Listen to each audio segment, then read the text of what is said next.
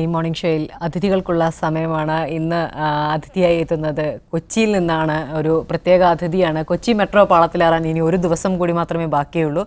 നാളെ ഔദ്യോഗിക ഉദ്ഘാടനം നടക്കുകയാണ്. അതിന് മുന്നോടിയായി അവസാനവട്ട ഒരുക്കത്തിലാണ് കൊച്ചി നഗരമെങ്ങുമുള്ളത്. പ്രധാനമന്ത്രിയാണ് കൊച്ചി മെട്രോ നാടിന് സമർപ്പിക്കാൻ വേണ്ടി എത്തുന്നത്. അതുകൊണ്ട് തന്നെ ഇന്ന് കൊച്ചിയിൽ നിന്ന് ഷൈജു ഞങ്ങളുടെ പ്രതിനിധി ചേരുന്നുണ്ട്. ഒപ്പം ഷൈജുവിനൊപ്പം കൊച്ചിയിൽ നിന്നുള്ള ജനപ്രതിനിധി ഹൈബി ഈഡനും കൂടി ചേരുന്നുണ്ട്. ഷൈജുവിലേക്ക്.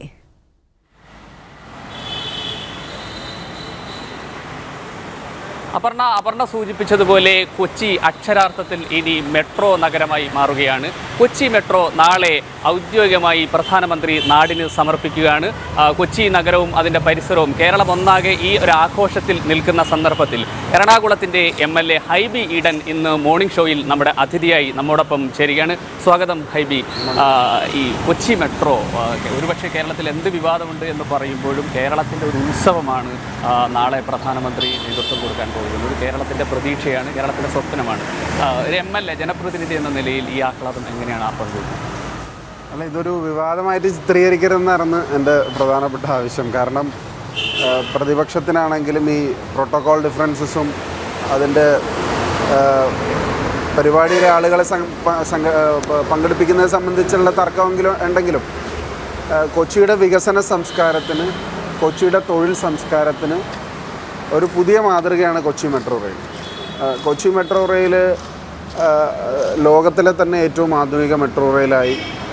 അത് കൊച്ചി പോലൊരു കൺജസ്റ്റഡ് ആയിട്ടുള്ള നഗരത്തിൽ ഇത്രയും വേഗത്തിൽ നമ്മൾക്കത് പൂർത്തീകരിക്കാൻ കഴിഞ്ഞു എന്നുള്ളതാണ് അതിൽ കൊച്ചി നിവാസികൾ നൽകിയിട്ടുള്ള സംഭാവന, അവരനുഭവിച്ചിട്ടുള്ള ത്യാഗം. അത് നമുക്കൊരിക്കലും വിസ്മരിക്കാൻ കഴിയില്ല. അപ്പോൾ ഇവിടുത്തെ പൊതുസമൂഹത്തിനൊരു വലിയ പങ്ക്, അതിന് ഡോക്ടർ ശ്രീധരൻ വഹിച്ചൊരു വലിയ പങ്കുണ്ട്. അദ്ദേഹത്തിൻ്റെ ഒരു ഫേസാണ് ഇത് ഇത്രയും വേഗത്തിൽ നടക്കാൻ നമ്മളെ സഹായിച്ചത് എന്ന് പരിപൂർണമായി വിശ്വസിക്കുന്ന ഒരാളാണ്. കൊച്ചി മെട്രോ എന്ന് പറയുന്നത് തീർച്ചയായും ഒരു പൊതുഗതാഗതം എന്നതിനപ്പുറത്തേക്ക് ഒരു തലമുറയുടെ കൂടി സ്വപ്നമാണ്. ഹൈബി ഈഡനെ സംബന്ധിച്ചിടത്തോളം നിങ്ങളൊരു ചെറുപ്പക്കാരനായ MLA കൂടിയാണ്. ചെറുപ്പത്തെ കൂടി ആ അർത്ഥത്തിൽ പ്രതിനിധീകരിക്കുന്നുണ്ട്. ആ ഒരു തലമുറയുടെ കൂടി ഒരു സ്വപ്ന സാക്ഷാത്കാരമാണ്. ഇതിനെ ഈ നിലയിൽ ഇതിനെ എങ്ങനെയാണ് കാണുന്നത്? ഇതൊരു state of the art transportation സംവിധാനം. നമ്മുടെ പബ്ലിക് ട്രാൻസ്പോർട്ടേഷൻ, പൊതുഗതാഗതം ജനങ്ങൾ പ്രയോജനപ്പെടുത്തണമെങ്കിൽ, അത് ഉപയോഗിക്കണമെങ്കിൽ അതിനനുസരിച്ചിട്ടുള്ള ഗുണനിലവാരം ഉണ്ടാകണം. മെട്രോ റെയിൽ എൻ്റെ ഫിനാൻഷ്യൽ വയബിലിറ്റിയെക്കുറിച്ചെല്ലാം ഒരുപാട് തർക്കം ഉണ്ടായിട്ടുണ്ട്. പക്ഷേ എങ്കിലും ഇത് യാഥാർത്ഥ്യമായത് അത്തരത്തിലുള്ള ഒരു ഗതാഗത സംവിധാനം വേണമെന്ന ഒരു ദീർഘവീക്ഷണമാണ്. ഡോക്ടർ ശ്രീധരൻ 2001 മുതൽ ഇതിനുവേണ്ടി പരിശ്രമിക്കുകയും പ്രയത്നിക്കുകയും ഒരുപാട് ഭരണാധികാരികൾ ഇതിനുവേണ്ടി ശ്രമങ്ങൾ തുടങ്ങിയതുമാണ്. പക്ഷേ ഫിനാൻഷ്യൽ വയബിലിറ്റി ഒരു പ്രശ്നമായിരുന്നു. എത്രത്തോളം ജനങ്ങളിത് ഉപയോഗിക്കും, ലോകത്ത് മിക്കവാറും മെട്രോകളൊന്നും തന്നെ ലാഭത്തിലല്ല, അങ്ങനെ ഒരുപാട് തർക്കവിതർക്കങ്ങളുണ്ടായി. പക്ഷേ കൊച്ചിയെ സംബന്ധിച്ച് ഇന്ത്യയിലെ തന്നെ ഫാസ്റ്റസ്റ്റ് ഗ്രോയിങ് സിറ്റി, രണ്ടാമത്തെ ഫാസ്റ്റസ്റ്റ് ഗ്രോയിങ് സിറ്റി എന്നാണ് പറയപ്പെടുന്നത്. അപ്പോൾ കൊച്ചിക്ക് എന്തിനാണ് ഇങ്ങനൊരു സംവിധാനം, കൂടുതൽ ഫ്ലൈ ഓവറുകൾ പോരെ എന്നുള്ള തർക്കങ്ങൾ ഇപ്പോഴും നടക്കുന്നുണ്ട്. പക്ഷേ ഇതൊരു സ്വപ്നം പൂവണിഞ്ഞിരിക്കുകയാണ്. പ്രത്യേകിച്ച് യുവതലമുറ ഏറെ പ്രതീക്ഷയോടുകൂടിയാണ് ഇതിനെ കാണുന്നത്. അപ്പോൾ നമ്മുടെ നാടിൻ്റെ യശസ് ഉയർത്തുക എന്ന് മാത്രമല്ല, കൊച്ചിയുടെ കേരളത്തിൻ്റെ സാമ്പത്തിക മേഖലയെ, വാണിജ്യ മേഖലയെ 70% കേരളത്തിൻ്റെ റവന്യൂ നൽകുന്ന കൊച്ചിയെ സംബന്ധിച്ച് ഇതൊരു എക്കണോമിയിലൊരു വലിയ ബൂസ്റ്റാണ്. ടൂറിസം രംഗത്ത് ഒരു വലിയ മാറ്റം സൃഷ്ടിക്കും. ഇത് കടന്നു പോകുന്ന മേഖലയിൽ മാത്രമല്ല, ഇനി ഇത് വികസിപ്പിക്കാൻ പോകുന്ന, ഇത് തുടർന്നു കൊണ്ടുപോകാൻ പോകുന്ന മറ്റു മേഖലകളിലും ഇതിൻ്റെ ഒരു വലിയ എഫക്റ്റ് ഉണ്ടാകും എന്നുള്ള കാര്യത്തിൽ തർക്കമില്ല. കൊച്ചി മെട്രോയ്ക്ക് ഒരുപാട് പ്രത്യേകതകളുണ്ട്. അതിൽ വളരെ സുപ്രധാനമായ ഒരു പ്രത്യേകത സംസ്ഥാന തലസ്ഥാനത്തിന് പുറത്ത് ഒരു നഗരത്തിൽ ആരംഭിക്കുന്ന ആദ്യത്തെ മെട്രോ എന്നതാണ്. ആ തലസ്ഥാനത്ത് അല്ലെങ്കിൽ അത്തരം ഒരു സ്ഥാനത്ത് ജനപ്രതിനിധിയായിരിക്കുന്നു. ഇതിൻ്റെ എല്ലാ മേഖലകളിലും ഇടപെട്ട ഒരാളാണ്. രീതിയിലൊരു അല്പം അഹങ്കാരം കൂടിയുണ്ട്. കാരണം അഹങ്കാരത്തെ എങ്ങനെയാണ് കാണുന്നത്? കാരണം ഞങ്ങളെപ്പോഴും വാദിക്കുന്ന ഒരു കാര്യം, 70% ഓഫ് നമ്മുടെ റവന്യൂ, സ്റ്റേറ്റ് റവന്യൂ നൽകുന്നത് കൊച്ചിയാണ്. അപ്പോൾ കൊച്ചിക്ക് അർഹമായ പ്രാധാന്യം കിട്ടുന്നില്ല, പ്രാതിനിധ്യം കിട്ടുന്നില്ല എന്നുള്ളൊരു പരാതി ഇപ്പോഴും ഉണ്ട്. അപ്പോൾ തിരുവനന്തപുരത്ത് സിറ്റി ഡെവലപ്മെൻറ്റ് സ്കീം എന്ന് പറഞ്ഞ ഒരുപാട് ഫണ്ട് അനുവദിക്കാറുണ്ട്, പുതിയ റോഡുകൾ അനുവദിക്കാറുണ്ട്. പക്ഷേ കൊച്ചിക്ക് അത് കിട്ടാറില്ല. അപ്പോൾ ഇത് കൊച്ചിയെ സംബന്ധിച്ച് ഞാൻ പറഞ്ഞല്ലോ, ഇന്ത്യയിലെ തന്നെ സ്റ്റാറ്റിസ്റ്റിക്സ് അനുസരിച്ച് സെക്കൻഡ് ഫാസ്റ്റസ്റ്റ് ഗ്രോയിങ് സിറ്റി, ഏറ്റവും വലിയ റവന്യൂ ഷെയർ സ്റ്റേറ്റിന് നൽകുന്ന ഒരു സിറ്റി എന്നുള്ള രീതിയിൽ ഒരു കമേഴ്ഷ്യൽ ടൂറിസം ഹബ്ബ് എന്നുള്ളൊരു വലിയ പ്രാധാന്യം, ഇൻഡസ്ട്രിയൽ ഗ്രോത്ത് ഇനിയും നടക്കാൻ സാധ്യതയുള്ളൊരു സ്ഥലം, സ്മാർട്ട് സിറ്റി വരുന്നു, ഇൻഫോ പാർക്കിലേക്ക് ഇത് 2ാം ഘട്ടം എക്സ്റ്റെൻഡ് ചെയ്യാൻ പോകുന്നു.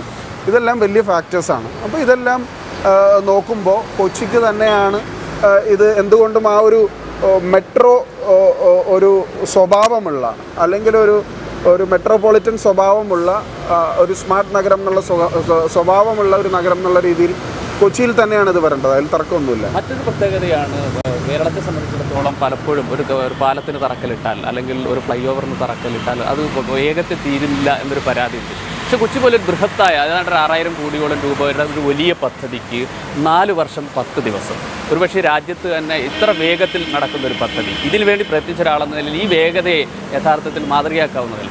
തീർച്ചയായിട്ടും അതാണ് ഞാൻ തുടക്കത്തിൽ പറഞ്ഞത്. ഒരു പുതിയ തൊഴിൽ സംസ്കാരം, ഒരു പുതിയ ഗതാഗത സംസ്കാരം, നമ്മുടെ ഒരു കൗണ്ട് ഡൗൺ വെച്ചൊരു പ്രൊജക്റ്റ് തുടങ്ങുക, രാത്രിയും പകലും വ്യത്യാസമില്ലാതെ ജോലി ചെയ്യുക. നമ്മുടെ ട്രേഡ് യൂണിയനുകളുടെ ഇടപെടലുകൾ പലപ്പോഴും നമുക്കറിയാം എത്രത്തോളത്തിലുണ്ട്. ഇപ്രാവശ്യവും ഒരു 5-6 ദിവസം നഷ്ടപ്പെട്ടാൽ ഹർത്താലിൻ്റെ പേരിലും ട്രേഡ് യൂണിയൻ്റെ ചില സമരങ്ങളുടെ പേരിലും നഷ്ടപ്പെട്ടതൊഴിച്ചാൽ ഇതൊരു വലിയ മാതൃകയാണ്. കേരളത്തിന് തുടരാൻ കഴിയുന്ന ടെക്നോളജി ഇൻ്റഗ്രേറ്റ് ചെയ്തു, ഇതിൽ വലിയ മെഷീനറികൾ വന്നു, രാത്രി വർക്ക് ചെയ്തു. അപ്പോൾ ഇതെല്ലാം നമ്മുടെ സാമ്പത്തിക മേഖലയിൽ വലിയ ഒരു ഉണർവുണ്ടാക്കുമെന്നുള്ള കാര്യത്തിൽ സംശയമില്ല. അപ്പോൾ ഇതാണ് അതാ ഞാൻ പറഞ്ഞ ഒരു തൊഴിൽ സംസ്കാരം വളർത്തിയെടുക്കുന്നതിൽ കേരളത്തിന് ഇത് പരിചിതമല്ല. എറണാകുളം എന്ന് പറയുന്നത് ഒരു സെൻറ്റ് സ്ഥലം ഏറ്റെടുക്കണമെങ്കിൽ എൻ്റെ മണ്ഡലത്തിൻ്റെ ചില പ്രദേശങ്ങളിൽ പോയാൽ വലുതായി പോകുന്ന റോഡ് പല സ്ഥലത്തും ചെല്ലുമ്പോൾ ഒരു ബോട്ടിൽ നെക്കായി പോകും. അതിന് 1 സെൻറ്റോ 2 സെൻറ്റോ സ്ഥലം എടുത്താൽ മതി. പക്ഷേ നമ്മുടെ നഗരത്തിൻ്റെ പ്രത്യേകതയും സങ്കീർണതയും റവന്യൂ ഡിപ്പാർട്ട്മെൻറ്റിൻ്റെ കോംപ്ലിക്കേഷൻസും എല്ലാം നോക്കുമ്പോൾ അത് നടക്കാറില്ല. പക്ഷേ ഇതെന്ന് പറയുന്നത് ജനങ്ങൾ സ്വയം വിട്ടുതരാൻ തീരുമാനിക്കുകയും ആ ഭൂമി ഏറ്റെടുക്കൽ പ്രക്രിയ വളരെ ലളിതമായി ഇതിനു വേണ്ടി ഒരു KMRL എന്നുള്ള കമ്പനി ഫ്ലോട്ട് ചെയ്തു, ഒരു പ്രത്യേകം SPV ഉണ്ടാക്കി, ഭൂമി ഏറ്റെടുക്കാൻ പ്രത്യേക അധികാരങ്ങൾ കൊടുത്തു. കേന്ദ്ര നിയമത്തിൽ പോലും ഭൂമി ഏറ്റെടുക്കൽ പ്രക്രിയയിൽ മാറ്റമുണ്ടായപ്പോൾ കൊച്ചി വളരെ സ്മൂത്തായി അതുമായി സഹകരിച്ചു. അതിലാണ് ഞാൻ പറഞ്ഞത് ഡോക്ടർ ശ്രീധരനിൽ അർപ്പിച്ച വിശ്വാസം. പല വ്യാപാര സുഹൃത്തുക്കൾക്കും മെട്രോ വരുന്നത് അവരുടെ വ്യാപാരത്തെ ഒരുപാട് തലത്തിൽ തടസ്സപ്പെടുത്തിയിട്ടുണ്ട്. പല സ്ഥാപനങ്ങളുടെയും കച്ചവടം നഷ്ടപ്പെട്ടിട്ടുണ്ട്. 2 വീലർ യാത്രക്കാർക്കും 4 വീലർ യാത്രക്കാർക്കും അവർ ദൈനംദിനം വരുന്ന വഴികൾ ഉപയോഗിക്കാൻ സാധിക്കാതെ കറങ്ങി വരേണ്ടി വന്നിട്ടുണ്ട് ഈ നഗരത്തിലൂടെ. അപ്പോൾ ഇതെല്ലാം വലിയ രീതിയിലുള്ള പ്രശ്നങ്ങൾ സൃഷ്ടിച്ചിട്ടുണ്ടെങ്കിലും അതിൻ്റെ എല്ലാം റിസൾട്ട് എന്ന് പറയുന്നത് വളരെ പോസിറ്റീവാണ്, വളരെ മധുരകരമാണ്. ഇനിയും ഇതിൻ്റെ എക്സ്പാൻഷൻ ഇപ്പോൾ ഫിനാൻഷ്യൽ എക്കണോമിക് വയബിലിറ്റി അനുസരിച്ച് ഏറ്റവും കൂടുതൽ ജനങ്ങൾ ഇത് ഉപയോഗിക്കാൻ സാധ്യതയുള്ളത് നമ്മുടെ ജവഹർലാൽ നെഹ്റു സ്റ്റേഡിയം മുതൽ കാക്കനാട് വരെ ഇൻഫോ പാർക്ക് വരെയുള്ള റീച്ചാണ്. പിന്നീട് നെടുമ്പാശ്ശേരിയിലേക്കും പശ്ചിമ കൊച്ചിയിലേക്കൊക്കെ വികസിക്കുമെന്നുള്ളത് ഏറെ പ്രതീക്ഷ നൽകുന്നു. അതോടൊപ്പം ലോകത്തിലെ ആദ്യത്തെ മൾട്ടി മോഡൽ ട്രാൻസ്പോർട്ടിംഗ് സിസ്റ്റമാണ്. ഒരു ടിക്കറ്റ് കൊണ്ട് നമുക്ക് ബസ്സിൽ യാത്ര ചെയ്യാം, മെട്രോയിൽ യാത്ര ചെയ്യാം, അതുപോലെ തന്നെ ബോട്ടിൽ യാത്ര ചെയ്യാം. അപ്പോൾ ഇതൊരു വലിയ സവിശേഷതയാണ്. ഈ വിവാദങ്ങൾ പരാമർശിക്കുക എന്ന് പറയുന്നത് ഇനി ശരിയായ കാര്യമല്ല. പക്ഷേ ഒരു കാര്യം നമ്മൾ പരാമർശിക്കാതിരിക്കാൻ കഴിയില്ല. അതിൽ പ്രധാനപ്പെട്ട ഒന്നാണ് ഈ ശ്രീധരനുമായി ബന്ധപ്പെട്ട ഡോക്ടർ ശ്രീധരൻ്റെ സംബന്ധിച്ചുണ്ടായ വിവാദം യഥാർത്ഥത്തിൽ അനാവശ്യമായിരുന്നു എന്ന് തന്നെ അറിയാം. പക്ഷേ അദ്ദേഹത്തിന് അർഹിക്കുന്ന ഒരു പരിഗണന ഈ മെട്രോ ഉദ്ഘാടനവുമായി ബന്ധപ്പെട്ടോ അല്ലെങ്കിൽ ഇത്തരം ഒരു സാഹചര്യത്തിൽ ലഭിച്ചിട്ടുണ്ടോ എന്ന് നമുക്ക് പറയാൻ കഴിയും. ഞാൻ പറഞ്ഞല്ലോ, ഇങ്ങനെ ഒരു വലിയ പദ്ധതി, സ്വപ്ന പദ്ധതി നടപ്പാക്കുമ്പോൾ അതിൻ്റെ ഒരു ചാം നഷ്ടപ്പെടുത്തുന്ന തരത്തിൽ അത്രേ ഞാൻ പറയുള്ളൂ. അതിൻ്റെ ഈ ഒരു കോൺട്രവേഴ്സിയിലേക്കോ ചർച്ചയിലേക്കോ പോകേണ്ട കാര്യം ഉണ്ടായിരുന്നില്ല. ഡോക്ടർ ശ്രീധരനാണ് ഇതിൻ്റെ പ്രിൻസിപ്പൽ അഡ്വൈസറായി വന്നത്. കൊച്ചി മെട്രോ എന്ന് പറയുന്നത് ലോകത്തിൽ മുഴുവൻ മെട്രോ ഉണ്ടാക്കിയ ആൾക്ക് സ്വന്തം നാട്ടിൽ കിട്ടിയൊരു വലിയ അവസരവും അംഗീകാരവുമാണ്. അതിനുവേണ്ടി പ്രയത്നിച്ച ആളാണ്. ജനങ്ങൾ വിശ്വാസം അർപ്പിച്ച ഡോക്ടർ ശ്രീധരൻ്റെ പേരിലാണ്. അപ്പോൾ അതുകൊണ്ട് തന്നെ അദ്ദേഹത്തെ ഉൾപ്പെടുത്തിക്കൊണ്ട് ഈ ഒരു കോൺട്രവേഴ്സിയിലേക്ക് ഈ ഇത്രയും വലിയൊരു പദ്ധതിയുടെ ഇത്രയും നാളത്തെ ഇപ്പോൾ ട്രാൻസ്ജെൻഡേഴ്സിനെ ഉൾപ്പെടുത്തി കുടുംബശ്രീ പ്രവർത്തകർ ഇതിൻ്റെ യശസ് ഉയർത്തി. അങ്ങനെ മാധ്യമ ശ്രദ്ധ നാഷണൽ വൈഡ് നേടിയ ഒരു കൊച്ചി മെട്രോ റെയിലിനെ സംബന്ധിച്ച് ഡോക്ടർ ശ്രീധരനെ ഒഴിവാക്കിക്കൊണ്ട് അതിൻ്റെ ഒരു ചാം നഷ്ടപ്പെടുത്തി വേറെ തലത്തിലേക്ക് അതിൻ്റെ ചർച്ചകൾ കൊണ്ടുപോകേണ്ട ആവശ്യമുണ്ടായിരുന്നില്ല. അത് പ്രതിപക്ഷ ഭരണപക്ഷ ഒരു വ്യത്യാസവുമില്ലാതെ എല്ലാവരും അംഗീകരിച്ച ഒരേ ഒരു പേരാണ്. കോൺഗ്രസോ CPM ഓ BJP ഒ എന്ന വ്യത്യാസമില്ലാതെ ഡോക്ടർ ശ്രീധരൻ എന്നുള്ളത് അംഗീകരിക്കപ്പെട്ട ഒന്നാണ്. അപ്പോൾ അദ്ദേഹത്തെ അതിൽ ഉൾപ്പെടുത്താമായിരുന്നു. പിന്നെ പലപ്പോഴും കേന്ദ്ര ഗവൺമെൻറ്റിൻ്റെ ഒരു ബ്യൂറോക്രസിയോടുള്ള ഒരു സമീപനം കൂടിയായി ഞാനിതിനെ കാണുകയാണ്. കഴിഞ്ഞ സർക്കാരിൻ്റെ കാലത്താണ് മെട്രോയെക്കുറിച്ച് വിശദമായ പഠനം തയ്യാറാക്കി ഇത് ആരംഭിക്കുന്നത്. ഒരുപക്ഷെ ആ സർക്കാരിൽ നേരിട്ട് പല അർത്ഥത്തിൽ പങ്കാളിത്തം വഹിച്ചിട്ടുള്ള ആളാണ് ഹൈബി. ഇതിനു വേണ്ടി എടുത്തൊരു പെയിൻ അതിനെ ഇപ്പോൾ എങ്ങനെയാണ് അനുസ്മരിക്കാൻ കഴിയും? ഇത് പല ഘട്ടങ്ങളിൽ ചാലഞ്ചസ് വ്യത്യസ്തമായിരുന്നു. കാരണം ജനങ്ങളിൽ വിശ്വാസം ഉണ്ടാക്കിയെടുക്കുക എന്ന് പറയുന്നത് ഒരു പ്രധാനപ്പെട്ട ഘടകമായിരുന്നു. അപ്പോൾ ഇനീഷ്യലി ഇതിൻ്റെ പ്രോജക്റ്റ് എല്ലാം വന്നപ്പോൾ അപ്പോഴും ആശങ്ക ഉണ്ടായിരുന്നു, MG റോഡിൽ കൂടി ഇത് കൊണ്ടുപോകാൻ സാധിക്കും, എങ്ങനെ ഗതാഗതം തടസ്സപ്പെടുത്തി കൊണ്ടുപോകാൻ സാധിക്കും എന്നുള്ള രീതിയിലൊക്കെ വലിയ ഡിസ്കഷൻസ് ഉണ്ടായി. പക്ഷേ ഉമ്മൻചാണ്ടി എന്ന കേരളത്തിൻ്റെ മുഖ്യമന്ത്രിയായിരുന്ന ഉമ്മൻചാണ്ടി എടുത്തിട്ടുള്ള വലിയ സ്ട്രെസ്സും സ്ട്രെയിനും ഓരോ വിഷയങ്ങളിൽ ചെറുതും വലുതുമായ പ്രതിസന്ധികൾ അതിജീവിക്കാൻ. ഇപ്പോൾ DMRC വരണം എന്നുള്ളൊരാവശ്യം വന്നു, അത് വലിയൊരു ചർച്ചയായി. പക്ഷെ അന്ന് വളരെ ശാന്ത സ്വഭാവക്കാരനായ ഉമ്മൻചാണ്ടി പറഞ്ഞു DMRC വരും.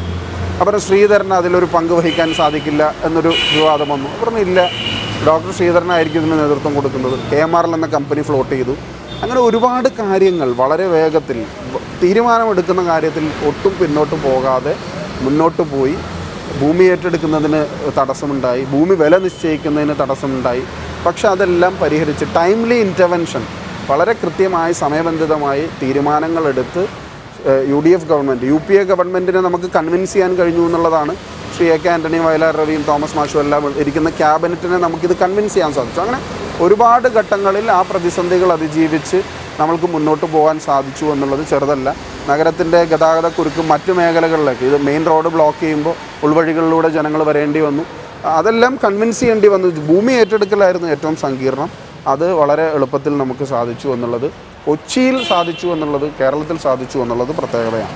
ഒരു ബൃഹത്തായ പദ്ധതിയാണ്. ഇപ്പോൾ ആലുവ മുതൽ പാലാരിവട്ടം വരെയാണ് നാളെ കമ്മീഷൻ ചെയ്യാൻ പോകുന്നത്. ഇനി കലൂർ മുതൽ ഉള്ള ഒരു വലിയ മേഖല ഇനിയും പിന്നിടാനുണ്ട്. നേരത്തെ ഹൈബി തന്നെ സൂചിപ്പിച്ചതുപോലെ IT മേഖലയടക്കം വൈറ്റിലെ അടക്കം ബന്ധപ്പെടുന്ന മേഖല. ഇതിൽ ഇനി ശ്രീധരൻ ഇല്ലാത്തൊരു മെട്രോ ആണ് ഇനി തുടരാൻ പോകുന്നത്. ഇതിനെങ്ങനെയാണ്? അത് വളരെ ആശങ്ക ഉണ്ടാക്കുന്നൊരു കാര്യമാണ്. KMRL വലിയ പ്രാപ്തിയുള്ളൊരു ഓർഗനൈസേഷനായി മാറിക്കഴിഞ്ഞു. ശ്രീ എലിയാസ് ജോർജ് വലിയ ഭാവന സമ്പന്നനായ ഒരു വ്യക്തിത്വമാണ്. അദ്ദേഹം ഇപ്പോൾ ഒരുപാട് വളരെ സവിശേഷതകളുള്ള തീരുമാനങ്ങൾ എടുക്കുകയും അത് ഇംപ്ലിമെൻ്റ് ചെയ്യാനും ആഗ്രഹിക്കുന്നൊരു ഓഫീസറാണ്. പക്ഷേ ഞാൻ നേരത്തെ പറഞ്ഞല്ലോ, ഡോക്ടർ ശ്രീധരനിൽ അർപ്പിച്ചിട്ടുള്ള ജനങ്ങളുടെ വിശ്വാസം ഒരു പ്രധാനപ്പെട്ട ഫാക്ടറാണ്. അപ്പോൾ അദ്ദേഹം ഇല്ല എന്ന് പറയുന്നത് നമ്മെ സംബന്ധിച്ച് വിഷമം സൃഷ്ടിക്കുന്നൊരു ഘട്ടമാണ്. ഇപ്പോൾ പാലാരിവട്ടം വരെ വന്നു, വിവാദങ്ങളിലേക്ക് ഞാൻ കടക്കുന്നില്ല എന്ന് പറയുമ്പോഴും മഹാരാജാസ് വരെ ആയിരുന്നു നമ്മൾ പ്രതീക്ഷിച്ചിരുന്നത്. ഇനി ഈ വർഷം മഹാരാജാസ് വരെ ഉണ്ടാവുമെന്ന് എനിക്ക് തോന്നുന്നില്ല. എന്നാൽ 90% സിവിൽ വർക്കുകളും കഴിഞ്ഞതാണ്. സിഗ്നലിംഗ് സംവിധാനം മാത്രം നടത്താനുള്ളൂ. അതും വേഗത്തിലാക്കാൻ കഴിയുന്നതാണ്. പേട്ട വരെയാണ് യഥാർത്ഥത്തിൽ മെട്രോയിൻ്റെ ജനങ്ങൾക്ക് ഏറെ പ്രയോജനകരമാകണമെങ്കിൽ പേട്ട വരെ നമ്മൾക്ക് ആദ്യത്തെ ഫേസ് എത്തിക്കാൻ സാധിക്കണം. തീർച്ചയായിട്ടും ഗവൺമെൻറ് മുൻകൈയെടുത്ത് ഡോക്ടർ ശ്രീധരനെ വീണ്ടും അദ്ദേഹത്തിൻ്റെ അസിസ്റ്റൻസും ഗൈഡൻസും നമുക്ക് ആവശ്യമുണ്ട്. അത് ഞാൻ പറഞ്ഞതുപോലെ തന്നെ ഒരു പൂർണ്ണത ലഭിക്കണമെങ്കിൽ ഡോക്ടർ ശ്രീധരൻ്റെ ഇൻവോൾവ്മെൻറ്റ് വളരെ അത്യാവശ്യം. ശ്രീധരൻ കൂടി ഉണ്ടാകുന്ന ഒരു മെട്രോ പൂർത്തീകരണമാണ് സന്തോഷം പകരുന്നത് നിങ്ങൾക്കും ഞങ്ങൾക്കും. അപർണ, ഇതാണ് ഹൈബി ഈഡൻ ഈ ആഘോഷവേളയിൽ നമ്മോടൊപ്പം പങ്കുവയ്ക്കുന്നതും ഇത്തരം കാര്യങ്ങളാണ്. കേരളത്തിൻ്റെ പുതു ആഘോഷത്തോടൊപ്പം ആണ് ജനപ്രതിനിധികളായ ഞങ്ങൾ, കേരളത്തിൻ്റെ ചെറുപ്പം, കേരളത്തിൻ്റെ ആബാലവൃദ്ധം ജനങ്ങളും അതോടൊപ്പം നിൽക്കുന്നു എന്നതാണ്. പാലാരിവട്ടം സ്റ്റേഷനിൽ നിന്ന് തത്സമയം നമ്മോടൊപ്പം ഇത്ര നേരം സഹകരിച്ച ഹൈബി ഈഡന് എല്ലാവിധ നന്ദിയും. Thank you.